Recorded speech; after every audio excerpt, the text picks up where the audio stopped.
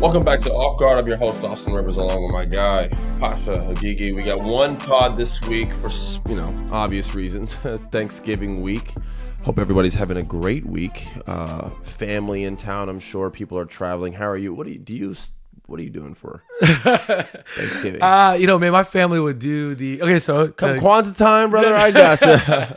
I'm Persian. Obviously Thanksgiving is not like a holiday for us, but my parents would do it for me and my brother growing up so we could have that experience. Yep. And then slowly as I got older, I would start celebrating it at my American friends' houses, and I was loving all the food, and I love the tradition. I love being thankful, and obviously, if the origin of Thanksgiving is like a whole nother, we're not gonna have to dive into what it came from, and that's sad. So, geez, got dark really early on this pod. Yeah. But I love what it stands for now with the being thankful and everything. I wanted to ask you, what's your favorite Thanksgiving dish? I don't know if we've covered this on past pods. I know you're not a turkey guy. I could eat turkey if there's seasoning, gravy, the whole 9 yards, stuff like that. My family kind of goes all out for Thanksgiving, big dinner. So looking forward to definitely getting a plate or two. In regards to your situation, we're just going to get right to it. Your other half is Caucasian. Are there any concerns in terms of the flavoring and seasoning of this? You weren't concerned about me being Middle Eastern walking into that situation. You're worried about I'm worried about the blandness of the food that you're getting ready to eat. You know what though? See, your mother is she married a black man. Yeah, but she's one of the best cooks I know. Again, she's been a black man. She's been a black man. She wasn't always this for good 35 years. She wasn't always. I don't think she was cooking yams and this type of food she makes now. Yeah, 30-something years ago. Yeah, no. Your mom, just to throw it out there, every time I've ever gone to dinner over there, it's like one of the best meals you could possibly. You've been spoiled rotten, every which way with your childhood, and your mom's cooking is definitely one of them for sure. I'm a sweet potato guy. Just throwing it out there. Anything sweet potato involved. Same. I think that's the best stuffing when done right. I'm a stuffing and yams guy. I'll try to grab some ham, throw some gravy on there, maybe a little bit of turkey, throw some gravy on there. A little mashed potatoes. I try not to do that because I'm already gonna do too much with the sweet potatoes. After that, mac and cheese. I'm good. I don't need every dish. People fill their plate up and then they can't move after. But you do go for a second plate though. I usually I pack one big plate, one that I know I can't finish. I'm not going back for seconds. I'm going to make one phenomenal plate. And then in the middle of that first plate being eaten, while everyone's eating their first plate, I'll get up and I'll make a second plate. Not for me now, but for later. I'll put some tinfoil on it, a little prime time. Because if you wait too late, then you get the schnickel first. And that's not what we want. So I try to go a little bit early, prepare, put a little tinfoil on it. I'll pack it away somewhere. You have to hide it in my house because my father is a thief. And he will take a plate and just start eating it later, just as if it's just, I don't know where he gets that audacity. Maybe it's because it's his house. Yeah, just because he's been running the show for a while. Yeah, because it's his, it's all good, I've seen you hide things before. Like one time I think there was a good cake in the house. Everyone was eating something and I saw you put a little piece of cake. Like you always hid the cake, another slice just because if everyone finishes off, you don't have your second helping, if you will. I get to my second helping before everyone else does. Yeah. It's a strategic play by me. Yeah. I'm out there looking for me and mine on this beautiful Thanksgiving. Yeah. I'm just kidding. But yeah, I try to prepare. Hey, listen, Thanksgiving's always about the leftovers. So you get one plate, you get two plates, and then that's it. After that, I don't need three. My next 3 meals don't have to be heavy Thanksgiving meals. 1 or 2, and then you guys start getting back to the gym. I think that's the big one with Thanksgiving is are you the lunch Thanksgiving or are you guys the dinner? Some people do. Where we plan always for 4 o'clock. We usually eat around 6. Yeah. You know what I mean? And then by that point, people go their separate way. Everyone usually has the itis after that. There's football on. I'm not a big football guy. Yeah. For people who don't already know For people who don't know Austin Rivers. So I just don't enjoy the sport. I've tried to get into it. Yeah. I literally have been on the plane turn on the football game. I'm just like, yeah, I just can't do it. You know what's crazy is I don't ever watch football. I probably haven't watched really like one game all year. But since ESPN and these shows will talk about it, I kind of know what's going on in NFL right now. Like the Chiefs are a little disappointing this year. The Colts are good. You know what I mean? Like I know what's going on, but I don't ever watch. I know without watching any of the games, which is probably not. Basically, I don't really watch a game. Maybe playoffs still for any sport. Yeah. Yeah. Like playoff hockey, playoff baseball. How's Peyton Manning playing right now? Oh. You're locked in. I'm probably maybe not as aware as you, but I definitely just through the coverage of the game, the wide coverage of the game. NFL's just definitely. I follow every sports app on Instagram. It's pretty much where I see. I'm in the loop a little bit. I know what's going on. I know what guys are having monster seasons. I know what guys aren't. I get the nut and bolts of it all. We know the Patriots are good this year because that's just what everyone's talking about right now. So I have a question for you. When you're on the road, when you were in the NBA and you were on the road, how was Thanksgiving like? Like the team put together something for everyone? Yeah, it just depends where you're traveling, what hotel you're staying at. Unfortunately, like if you're on the road and you're playing Oklahoma City Thunder, that hotel that's providing that Thanksgiving could be good, bad. I don't know what hotel you stay at on. So every year it's just kind of different for you. It just depends. Sometimes you're home, which is really nice, rare, but sometimes you are. But you could easily be on the road in that case. A lot of times I have my family come. Like I've had my initial family that I've created. Yeah. I'll have my kids come and Adriana will come and we'll figure it out. Because that's really what it's about. But depending on the hotel you're staying at is usually dependent upon how good the food is. Right. So you're a Four Seasons guy, so Caesars, always. I want to say, speaking of being on the road, you were just in Phoenix for the Rockets Suns game. Yep. A big Dillon Brooks game, right? I feel like you were just involved every which way. I want to dive into Dillon Brooks, even though they lost the game. I want to dive into what Dillon Brooks now. I feel like we can all just agree with the value he brings to a team, the level of intensity the team has to play with when he's on. Like from Memphis to Houston, they were 2 seed last year, to Phoenix now overachieving. You got to obviously give him a lot of the credit. Yeah, I mean, listen, he was blamed a lot for the collapse of Memphis. I mean, in the playoffs, why I don't know. They played against the LeBron and the Lakers team that was on a hell of a run. That team ended up going to the conference finals, mind you. I don't know if Memphis was delusional that year and like their chances of winning. Maybe they felt like they were supposed to win because them losing to the Lakers. Now, did Dillon add fuel to the fire with LeBron? Sure, but they lost and then they pointed the finger at Dillon. It felt like, right? And let me rephrase that. It's not what it felt like. It's what it was like. They weirdly announced that we are no longer going to have a future with Dillon Brooks. And under any circumstance. Will he be returning to our team? And everybody's just like, what? Yeah. First off, why would you announce that? You cheapen his brand and his asking price for a trade because Dillon is a solid role player.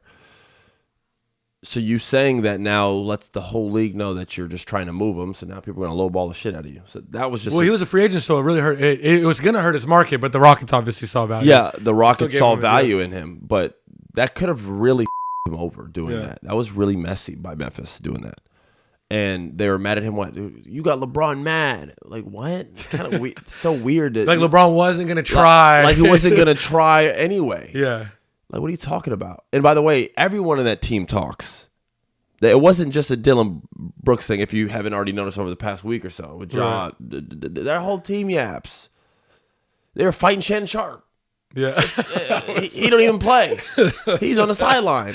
They would get into it with anybody, everybody. They did the which like we people like that. Like when the Pistons when like Isaiah Stewart's doing it, everyone's like, no, I like Ron Holland and Isaiah Stewart mixing for the it game. They had their little dance that they would do. Yeah. Like, the whole. But there was a culture there at least, and they were a good team. Right. Then Dillon departs. Nonetheless, we went over how weird it was. They did that.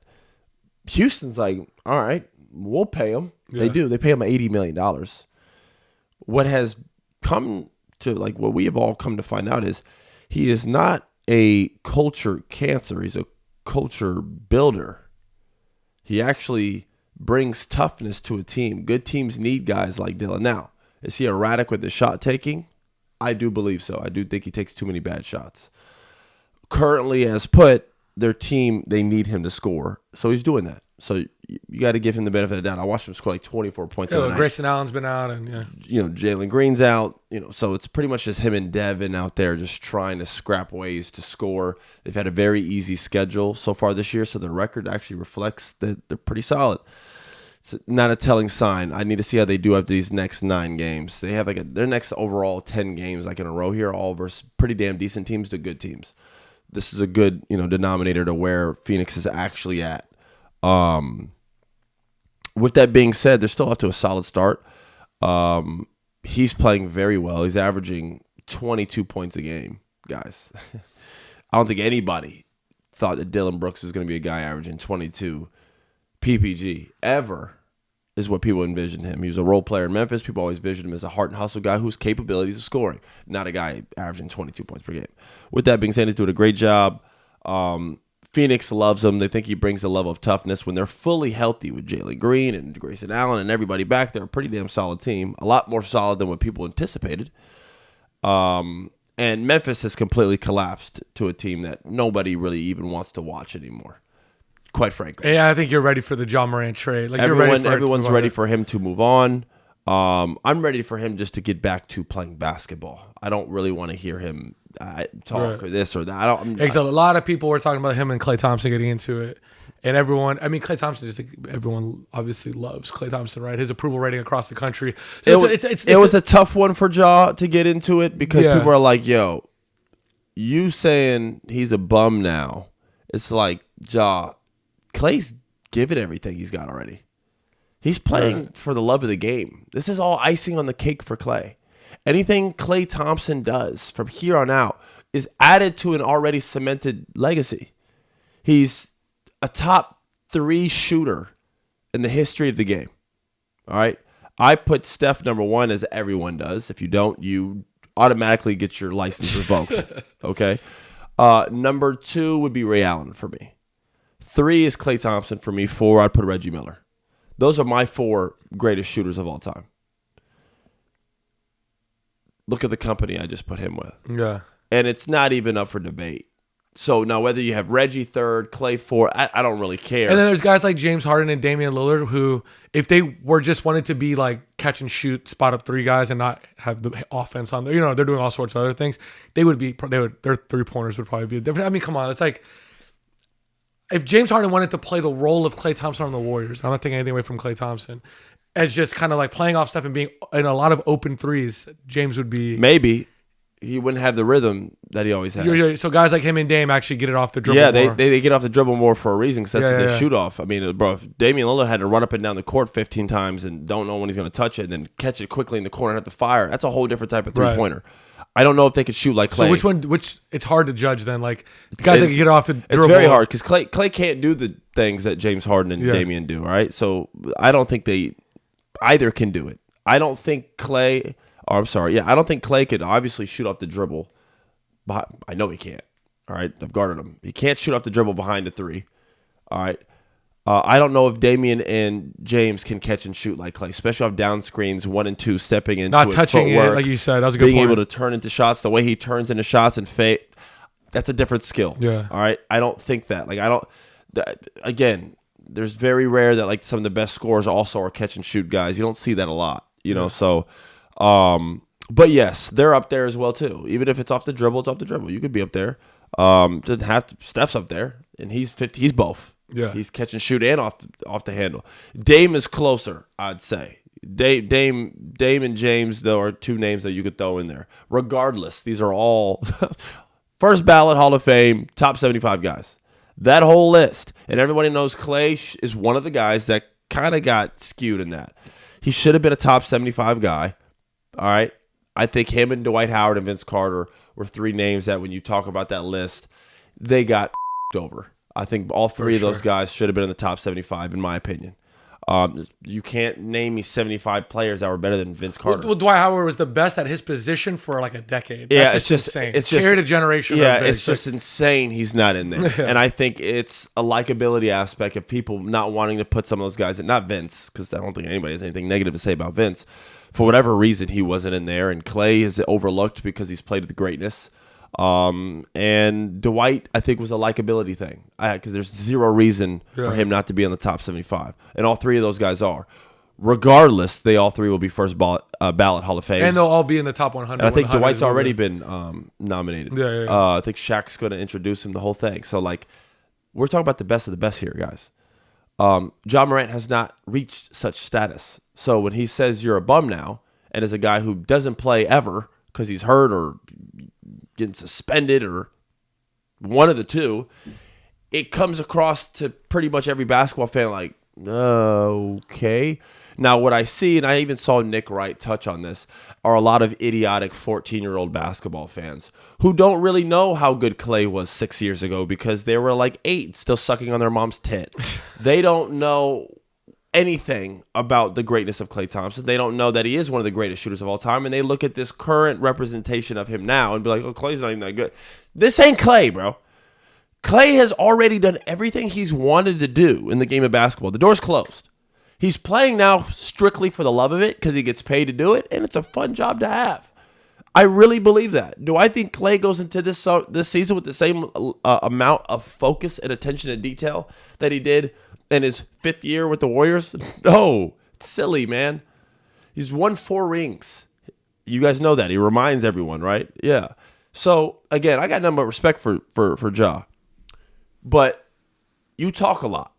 That's fine because you're a really good player and you can back it up. I'm not saying Ja's not a prolific franchise-changing player. You add Ja to a Milwaukee or a Minnesota or some of these places they're throwing his name at, that could be special because Ja's very dynamic. He's a great athlete. With that being said, the past 3 or 4 years, we have not seen him climb at all. He's either stay put or, if anything, he's gone a little bit below what the expectation. I mean, we used to have him ranked so high on the point guards list, and then guys like Tyrese Halliburton and Jalen Brunson and all these guys are ahead of him. Yeah. So it's like I had Ja at one point a top 5 point guard in the NBA. Yeah, maybe higher. Yeah, even higher than that. Yeah. He's not on that list. Not saying he can't be again. It's in the Ja hate hour, but he's not as of right now. And a lot of that is due to him not playing, him being hurt or being suspended. There's always bullshit with him. So you, of all people, pointing at a Klay who is past his prime, who's done everything in the game, saying you're a bum now. It's like, Ja, come on, bro. You're right. Come on, big dog. You know what I'm saying? Like, there's a level where you want the guys on your team to stand up and talk trash like we just talked about, right? We like it when Isaiah Stewart does it for the Pistons. I got no problem if we like it when Dillon Brooks does it. I don't have no problem if it's because, he was pushing this guy, so you come in, you push him, you take up your... Jalen Suggs did it last night. With Andre Drummond. Wendell Carter got into it. Andre Drummond. Suggs comes over and pushes him. That's part of Suggs' get on the Magic. He's kind of their tough guy, football player once upon a time, plays with high energy. Suggs is all out all night. Suggs is the type of guy that would dive and accidentally tear someone's ACL because he's playing too damn hard. Right. He's dangerous. He's the guy I pick up on my team so I don't have to play against him because I don't know what the hell he's going to do. Each game, Suggs at one point is on the floor. 7 times a game, he's on the floor yelling. Right. Some games, Suggs get hurt so bad, I think his career's over. He'll pop right back up and go play again. He's just like a whole thing. You know what I mean? Yeah. So I get it. Last night he did that. Like a lot of guys come and say, "Oh, Suggs, who does Suggs see?" No, that Suggs part. This is what you do. It's part of the game. It's part of what he does. It's part of what he brings to the Magic. He brings toughness. When you play with guys like that, like Suggs or these guys or Dillon Brooks that play a certain level of defense, like it's contagious, right? Because then you have to play defense hard too, right? If these guys are on your team, like if these guys are playing that way, what do you look like not playing like hard and like that? Correct. Yeah, and that's part of their get up, and that's what they bring. Toughness to a team. So that's what Dillon Brooks brought to Memphis. They lost that. Their team has crumbled since his departure. You know what? By the way, this Suns team could use Dillon Brooks when they had the Chris Paul, that team that like Dallas would punk them.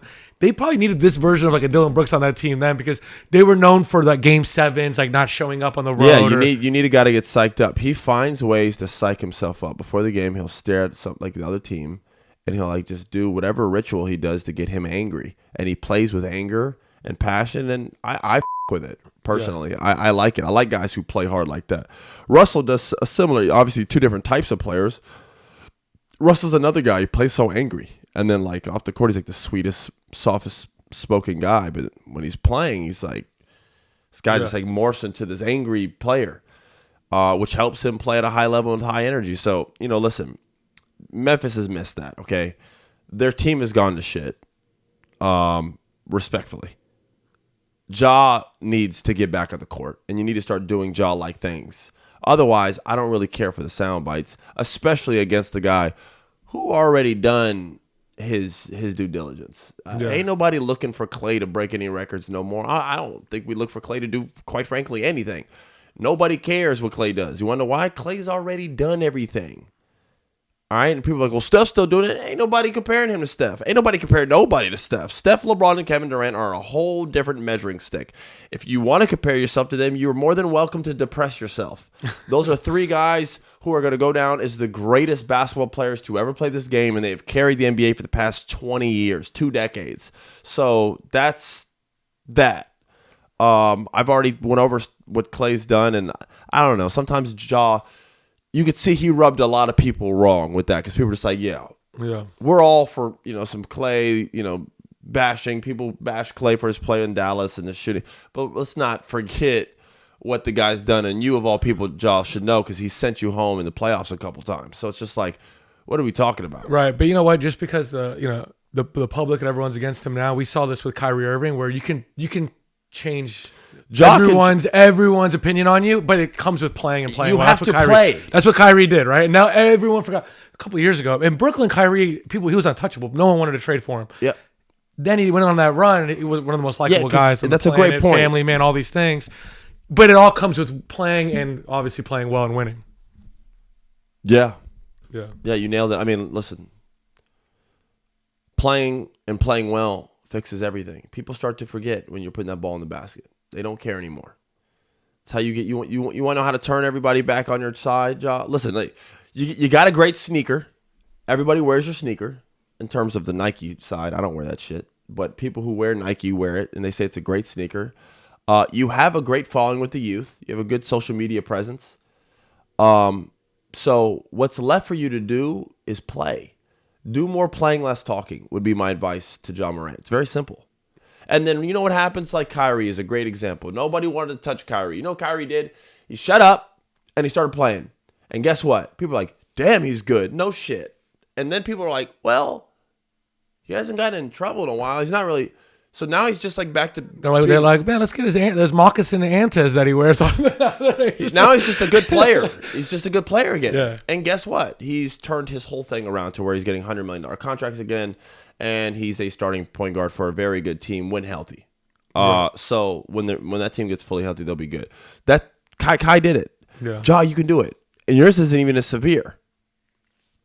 For sure. From one point guard to another, since we last did a pod, Chris Paul announced that this would be his last season, which we all kind of knew. Year 20, right? Yeah. So this was like, obviously. Man, 2 decades in the NBA is just insane. I mean, 20 years playing in the NBA is nuts, bro. I mean, how many guys can say that? Right. And smaller guys said it just doesn't happen. Yeah, and he has zero athletic ability. Right. And he hasn't had it for like probably 4 years, 5 years. He just has been able to play the game at a high level because of his high IQ. I mean, listen, we're talking about one of the greatest point guards of all time. So just job well done. A teammate of mine on 2 different teams. Houston, I got to rock with him, and Clippers. Had some great moments with Chris playing on the court. Definitely learned a lot from him, whether it's him teaching vocally or just by example. His attention to detail, his IQ, the way he's prepared for teams. You just got to see the levels at which like some of these guys see the game.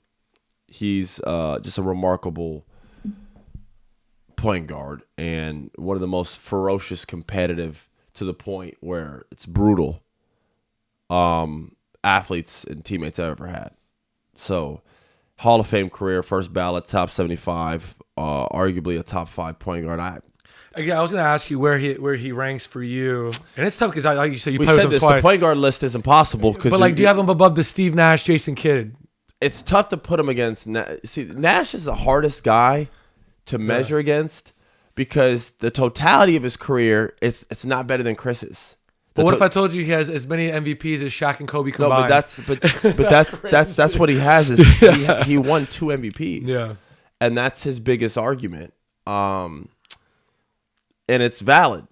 So it's when you have an MVP, bro, you kind of insert to the front of the list. When you have 2 of them, people start being like, "Oh shit, okay, so you're like the greatest point guard, one of the greatest." You know what I mean? Yeah. So it's like, but if you look at his body of work through his whole career, Chris's is better. Jason Kidd's is better. A lot of these guys, John Stockton's is better. I could keep going of point guards who have a better resume than Steve Nash from start to finish. The problem is in the middle, Steve was dominant. His peak. And won 2 of them. Yeah. MVPs, bro. Chris ain't never won MVP. He was never even close to winning an MVP. So like it ain't like Jason Kidd, all these guys ain't never win no MVPs. John Stockton ain't win no MVPs. The guy who's passing the ball won them. It was Malone. You know what I mean? Like, right. So how do I put him against that guy? It's very hard to measure with Nash. I don't know what to do with him. I tend to forget about him because it just makes it easier. Otherwise, I don't know how to rank. But yeah, you put a top 5 list. Magic's, listen, for me, I'm putting Steph Curry as the greatest point guard of all time. That's what I grew up watching. Number 2. Did you hear Dwayne Wade's quote the other day? Really quick, I started to interrupt where he said, Michael Jordan's the greatest player I ever saw. LeBron James, the greatest player I ever. No, he said Michael Jordan's the greatest player I ever watched. Michael Jordan's the greatest player, or LeBron's the best player I ever saw. I don't know what the hell type of Dr. Seuss riddles you're trying to give us, Dwayne Wade. It hurt my brain trying to understand what you meant by that. I don't know if you have different sets of eyes or how that works, of one you've seen, the other one you saw. I took it as he's friends with both. Like, one sponsors you and was like, who you looked up to, the MJ. He's a Chicago kid too as well. So he looked up to him. The other one's is like his best friend. So it's like, I think he just he strategically, creatively found a way to play the fence. And I think he did it in a way where hopefully no one ever asks him again. They're just like, yeah, people are like, what are you talking about? That was hilarious. Yeah, sorry, you were in the middle of your ranking. No. I put Steph, Magic.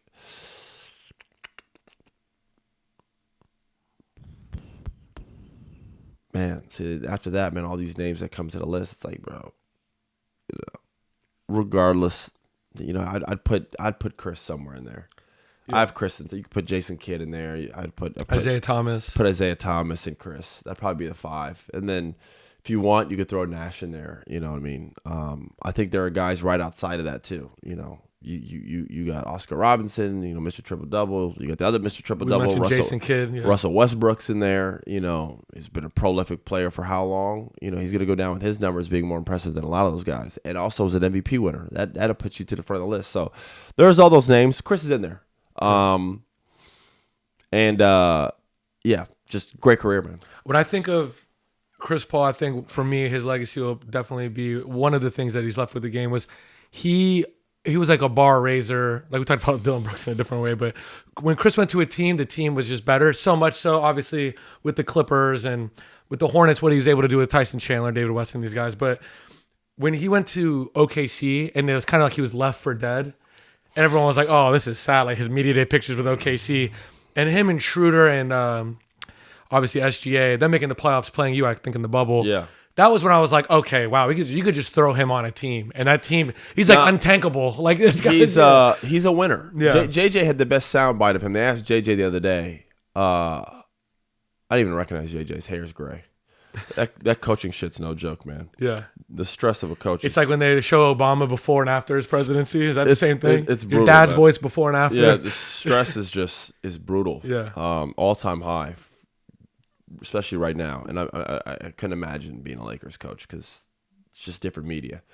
It's like being a Knicks coach. It's brutal. He talked about how much of a winner Chris Paul is, and he's so right. And it has nothing to do. That's why ring culture is overrated. Okay, because some players are just blessed with good situation, lucky, however you want to phrase it. Chris has always won. He just hasn't won a ring. I give y'all a little Dwayne Wade riddle. Yeah. People are like, every team he's ever gone to your point, has gotten better. When he played for the Hornets, they were a playoff team. He left, they tanked. The franchise went to it. I know because I was part of it. I came right after that with Anthony Davis, and we were like, "What the hell is this place? Yeah, this is terrible." He goes to the Clippers. They become a contending team. He leaves the Clippers. We were good, not great. How do I know? I was there. Oh, then he goes to Houston. Very good team. He left. We weren't as good. How do we know? I was there. I'm just being honest. We were much better with Chris. He goes to the Thunder. They're trying to tank. Nope. They go to the playoffs. How do I know? I was there. I played against them. Now don't put this together. There's a lot going on. They're going to help you co-write his biography. I don't know what's going on. Then he goes to Phoenix. Very competitive team. Goes to the finals. A part of that run, who they beat? Team I played for, Denver. I was there. They were very good. He leaves. Phoenix has been whatever they've been since. Right. Okay. Obviously now Chris is much older. He's on that Spurs. He's not going to have that same impact anymore. And now he's on Clippers. No, I'm saying before. I'm saying we went to the Spurs. Now he's on the Clippers. His impact's not the same anymore. He's obviously much older. Regardless, there's a trend here that during the bulk of his career, whatever team Chris went to was just a much better team, and they won a lot more games. That classifies you, to me, in his winning percentage as a winner. Now, he didn't win a ring, but he is a winner.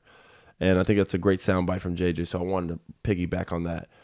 Just congrats on him again. And, he'll probably end up coaching or on TV, front office, whatever he really wants, he'll be able to do because people look at him with such high value. It's the guy who ran the NBPA, president of the NBPA for a long time.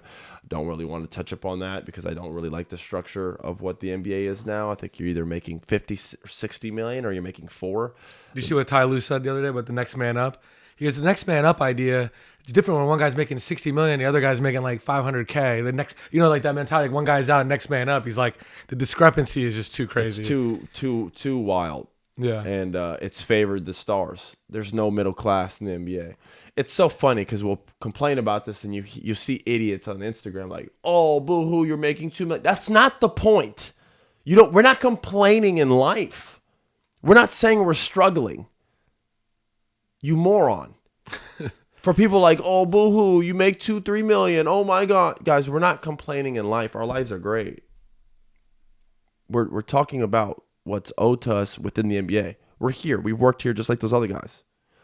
So we're talking about what's right or wrong within the NBA. We're not saying outside of this, we're struggling in life. Every NBA player is doing very well. From top to bottom. The top guy on the list, obviously, is I just think they make too much. Or if they're going to make that much, then some of these the other guys got. There's no reason for some of these guys who play 20, 30 minutes a game have to go be the defender making $5-6 million a year. It's just not right. Like Gary Trent should not be making like $3 million. He should be making like $9 million. That's like he should be paid like that AJ Green got that they should be allowed to get that contract to 4 of their guys. Taurean Prince should be making $8 or $9 million a year. Gary Trent should be making $8 or $9 million a year. I go to each team and do it. And when these guys are making so much money, like the main guys, when your team gives out a max, let's say that player's not playing at a max level, your team's pretty much handicapped. Team's fried. Yeah, your team's pretty much done. Yeah, that's it. These guys are making like $60 million, guys. And then they're like another player who's playing like right alongside him is making like $3 million. He's making like $57 million more. It makes zero sense. It just doesn't make sense. So this isn't about us complaining about our lives, send a boo-hoo poor millionaire thing. This is about what's right or wrong within the NBA and what's owed to some of these guys. And the discrepancy between the top guy and the last guy is just too far. And the deal that was placed with our union to the NBAs, to the owners, it's in the CBA. I don't like this whole thing. I'm just going to be honest with you. There's no middle class. I don't really want to touch up on it more because I end up getting frustrated. And I don't want to say names who I do feel were involved and responsible for this. So it is what it is. But yeah. You mentioned Chris Paul could get any job he wants after this, if he wants to do TV or coaching. That reminded me of, I've heard really good things out of Rajon Rondo being in the Milwaukee's, practices and helping out. Have you heard anything about that or like? Because, yeah, I mean they want him to be even more involved. Yeah. I think it's about how much Rondo wants, and one of those point guards that's tough to gauge again, by the way, because during his career, shooting became such a big thing. But at the beginning of his career, when shooting wasn't the biggest deal, he was just like such a unique point guard. Yeah, he was. Yeah. Another great point guard for sure. One of the greatest passers the game's ever seen. I think his thing is more so how much he wants to be involved. He's doing a little bit of everything. I think he helps out at all different levels. Works with some special players on some like one-on-one time. Like I think he like get flown in to work with this guy. He'd be great to work with Mikel Brown because Mikel Brown has great passing ability. It'd be good for him to just pick someone like Rondo's brain, someone who saw the game just at a different level, different way.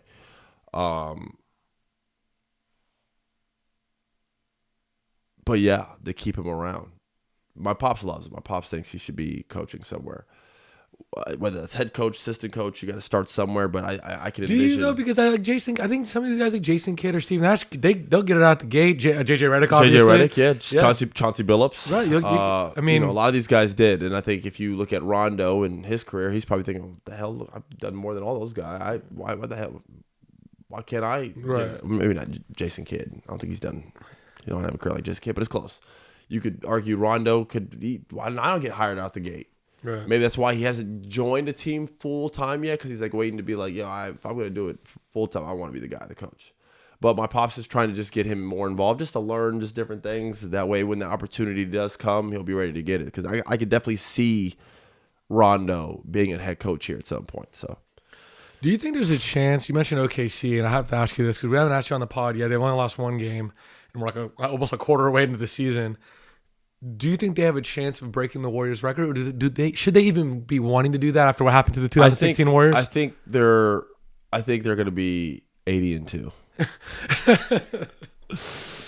I don't know. I don't think they care. Those are the type of things that like mean something because it's special. But if you don't win, then people just don't care. It actually ends up becoming like an asterisk.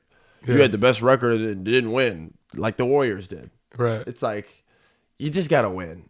Everything else we can highlight.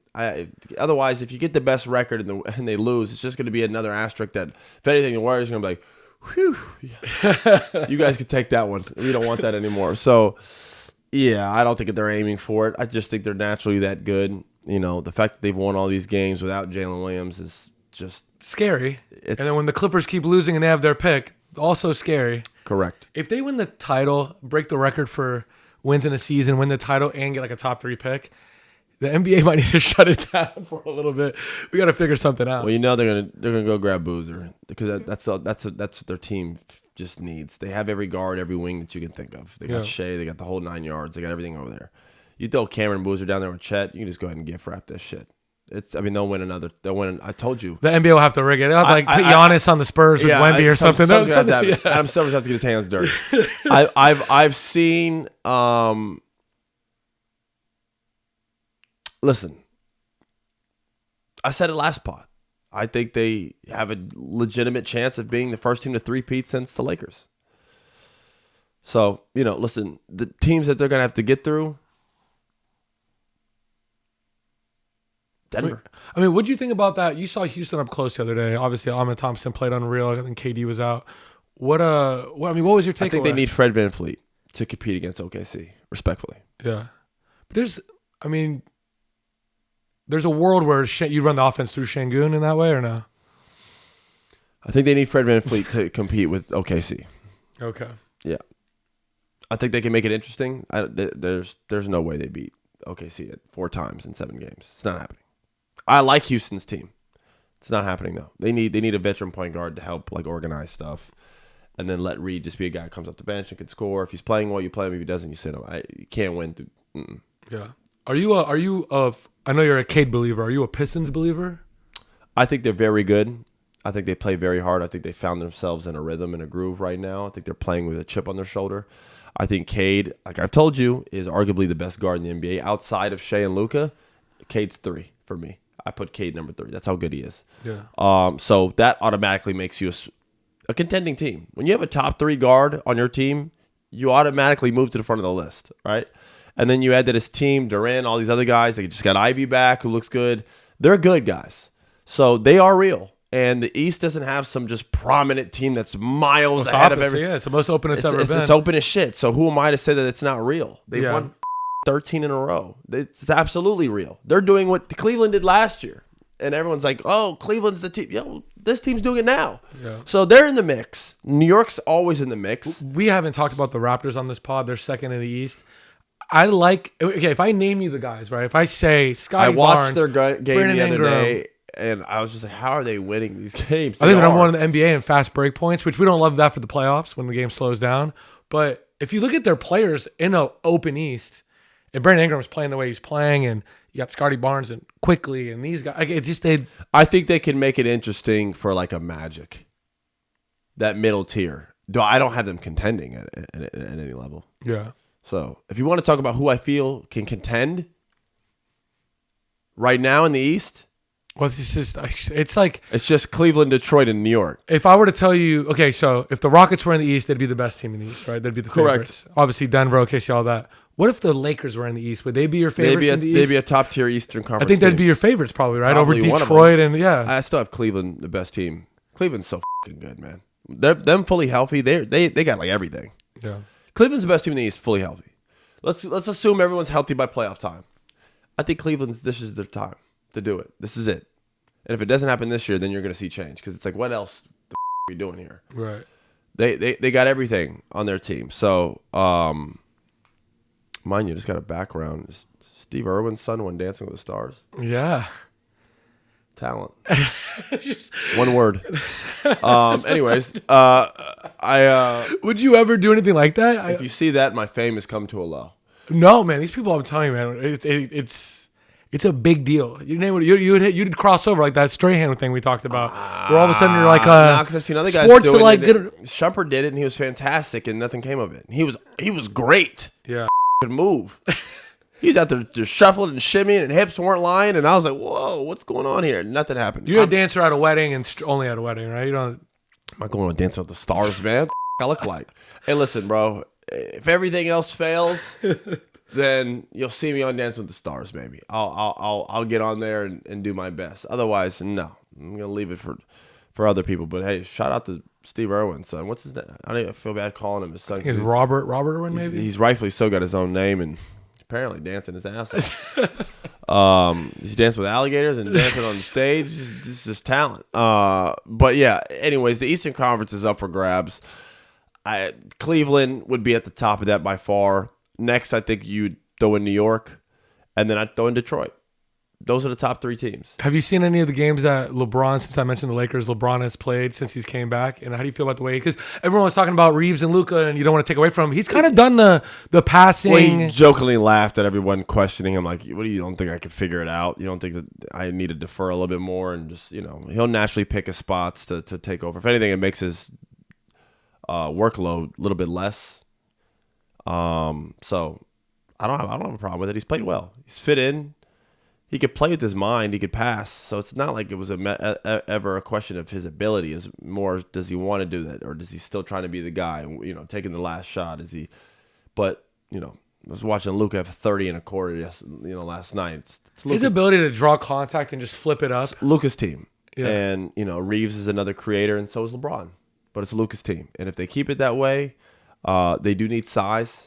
Like I like Jackson Hayes as an energy guy, but and DeAndre Ayton's not bad. But like, I would like just more size from the wing and just big standpoint. But they're good. They're solid. And again, yeah, to your point, if they were thrown in the Eastern Conference, they would be a favorite or one of the favorites. Again, I'd still have Cleveland as the best team, but they'd be up there with Detroit and them. That's how the East is that open, and quite frankly, a lot less competitive than the West, especially when you start getting past the. That 3 or 4 teams, it gets a little shaky. Magic are playing very well. Very strange. They're doing it without Paolo.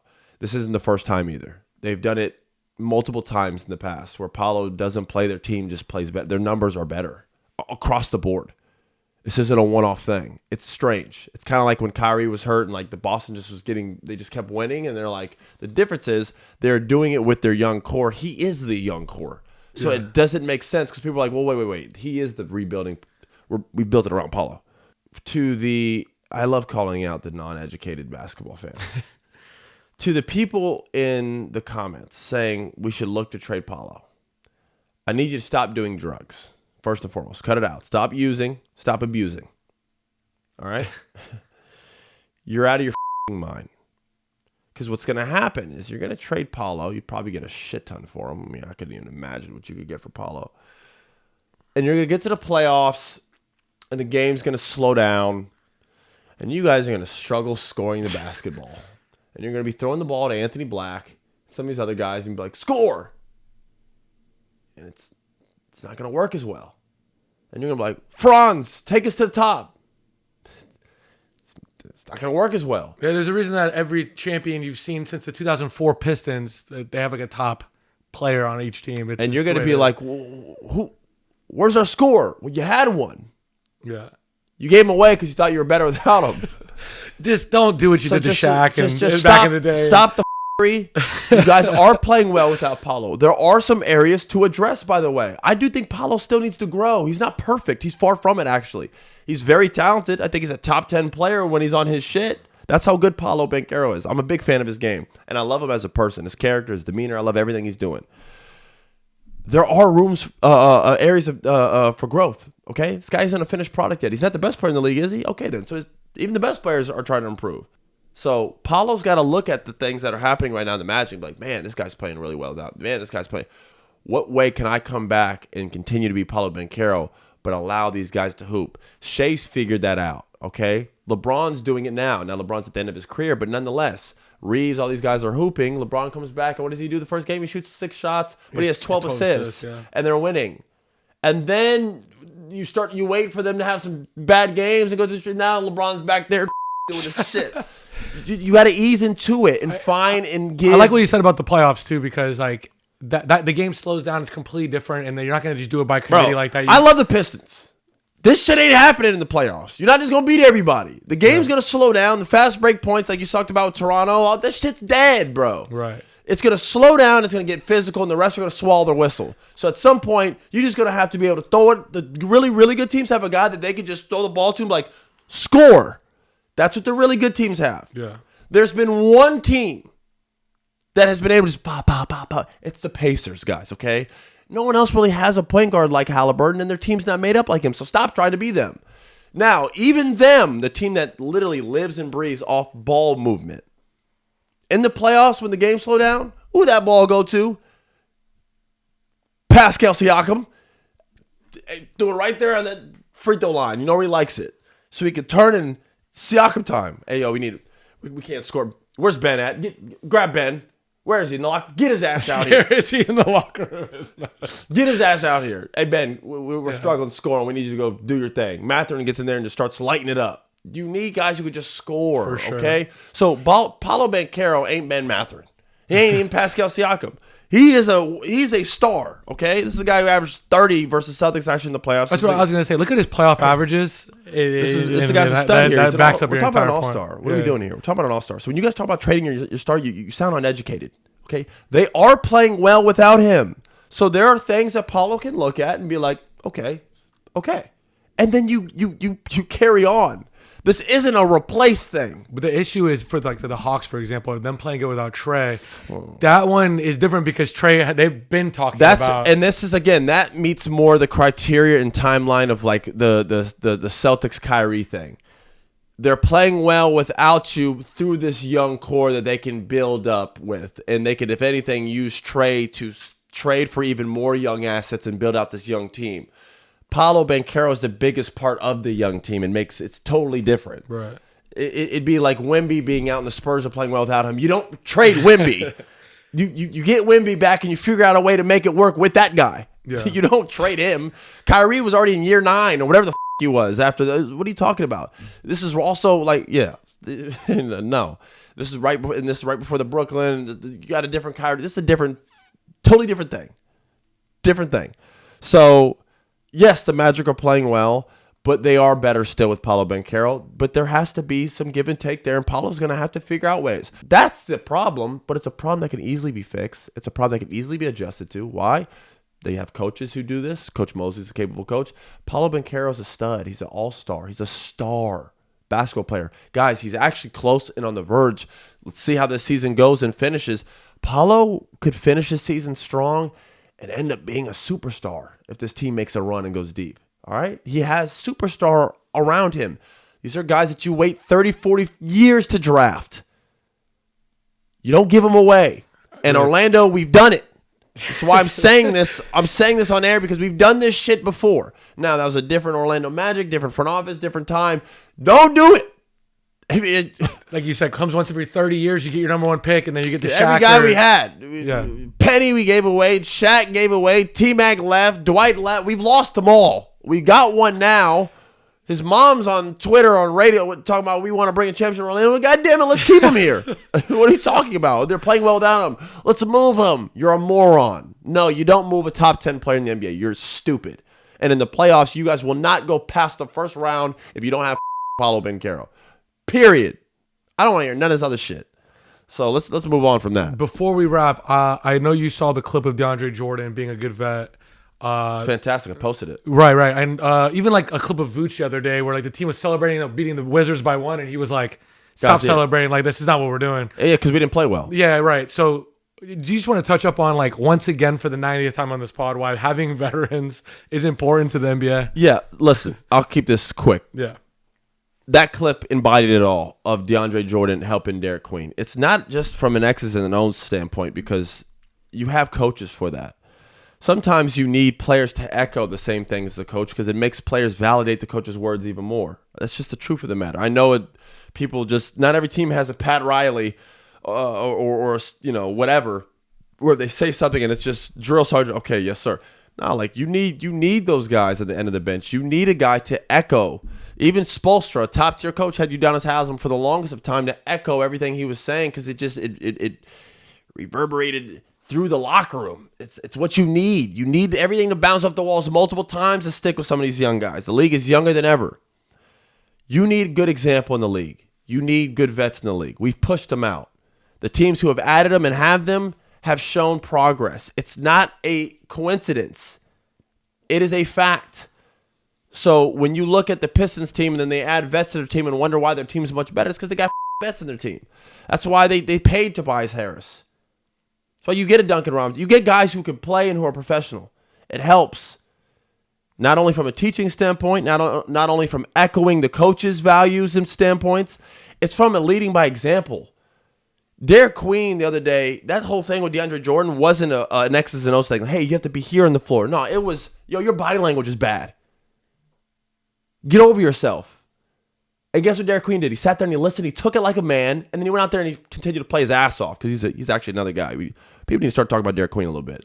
He's got a little, like, hey, man, that guy's good. Very good. He's a guy that, like, a franchise can... Like, the Pelicans, they don't have, like, they are in a dark spot as a franchise, but this is, like, a little bit of, like... No, it's like a little nugget in here. This is like, wait a second. He's playing so well, they were like, let's get Zion out of here. What's his value like? Let's move Zion for some pieces built around this dude. No, yeah. He's actually very talented. Right. But anyways, that wasn't about an X's and O's thing. And DeAndre Jordan wasn't teaching him basketball. He was teaching him being a professional. There's more than just being a basketball player. It's a professional basketball player. That's what professional comes first. We lose sight of that. It's always about what's on the court. Having a vet helps. Then you add to the fact that we have a lot of vets who can still ball. So these guys help. We just went on about how Dillon Brooks and what he brings to the team. Now, there's guys who are even older than him. We talk about what they bring to teams. It's valuable, man. I can't echo it enough. I can't say it enough. I can't put an emphasis on this enough. That, like, I think we got in such a rush of everyone's looking for a 20-year-old, 6'8", long potential player. 90% of them don't work out, and most of them can't play a lick of basketball, and then you find yourself with a team that's not doing anything. There should be 1 to 2 vets per team, true vets, because they just have an impact through example, through voice. And it's a lot of times like Derek Queen's grown up watching DeAndre Jordan play, so obviously his voice means a lot. Absolutely, that's why when he's talking to him, Derek Queen sat there looking at him. It also takes a man to listen. So shout out to Derek Queen for that. He could easily be ignorant and be like, man, watch out. That ain't going to do nothing for you. So you need good vets. and I'm not going to name some stars, but we talked about them earlier in this pod. They could have used some good vets earlier in their career because it would have nipped a lot of this bullshit they're on now. So it has to happen.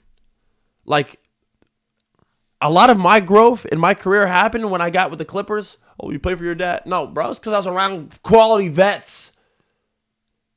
I was around guys who were doing it at a high level. So I had to learn, bro. You know what I'm saying? I couldn't complain if I went like JJ's in the gym 4 hours early. I got to get in the gym 4 hours. Jamal Crawford plays with such confidence. I got to start playing with that type of confidence. Chris watches film after our back-to-back. I'm watching a movie.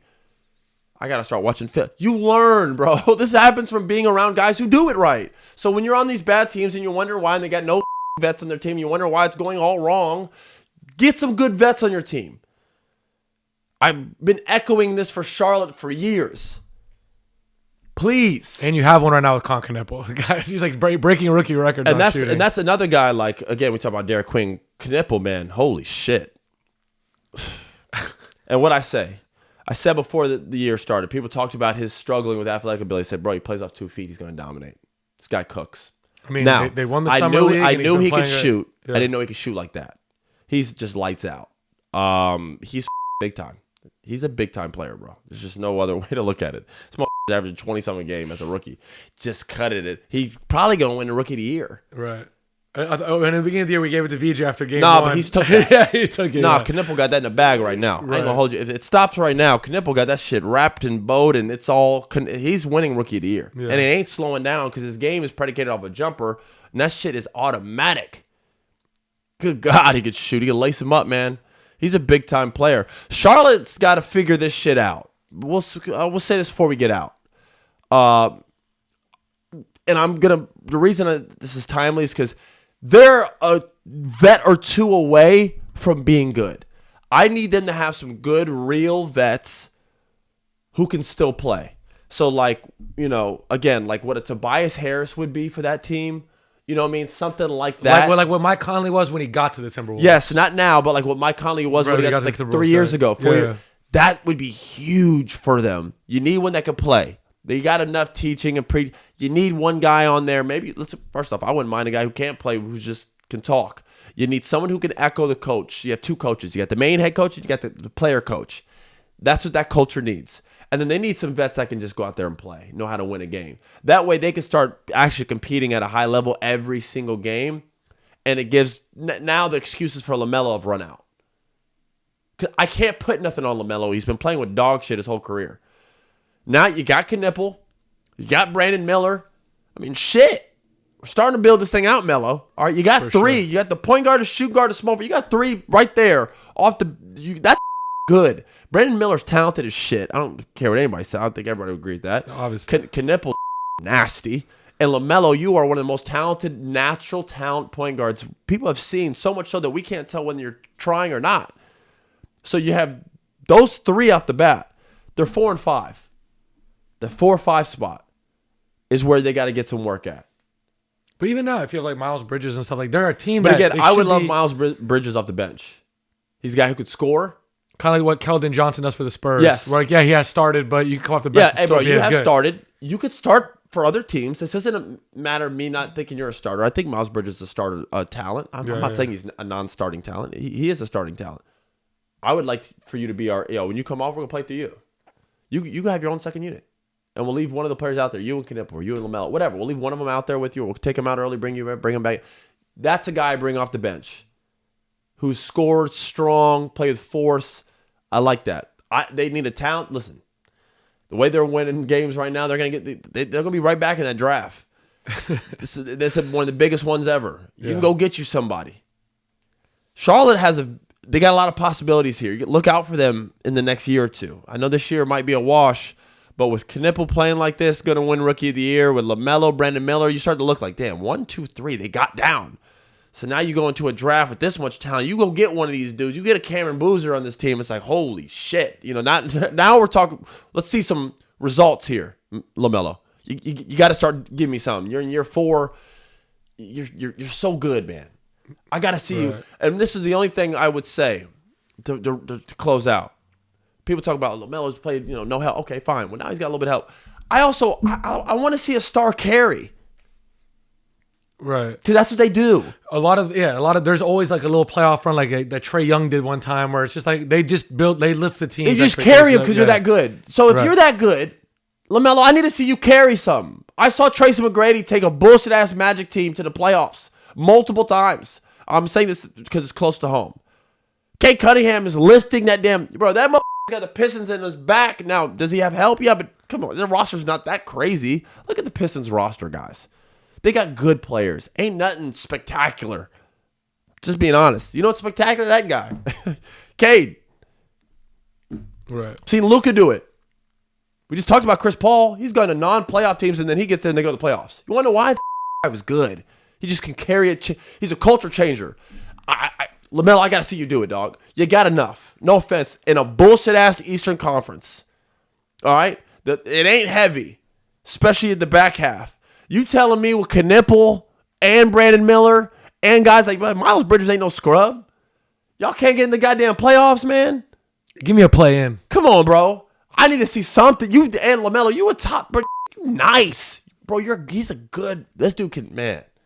He can shoot. He's got feel. He's long. He's athletic. I need to see you defend more.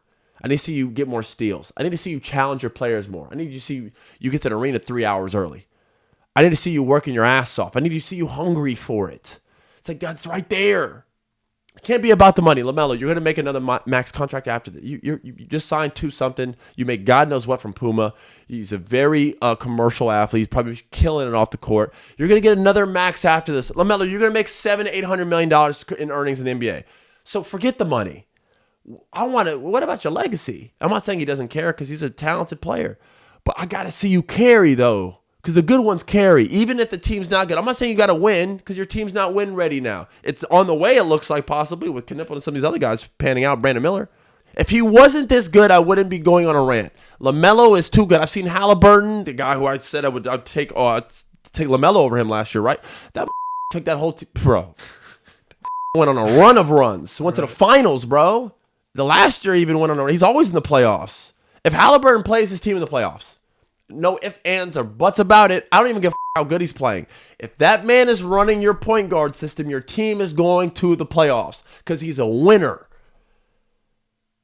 So I know LaMelo's more talented. I still think he's more talented than Halliburton. Am I taking him ahead of Halliburton? If Halliburton's fully healthy, ain't even a question. Right. I've seen it. I've seen Halliburton in the biggest moments. Shows up, dog. Game 7, pre-Achilles tear, my man was on to something. Something was in the air. He was hooping. Three, bro. Every time man, there's actually a video of him dunking after the Achilles. They're figuring something out with this Achilles thing.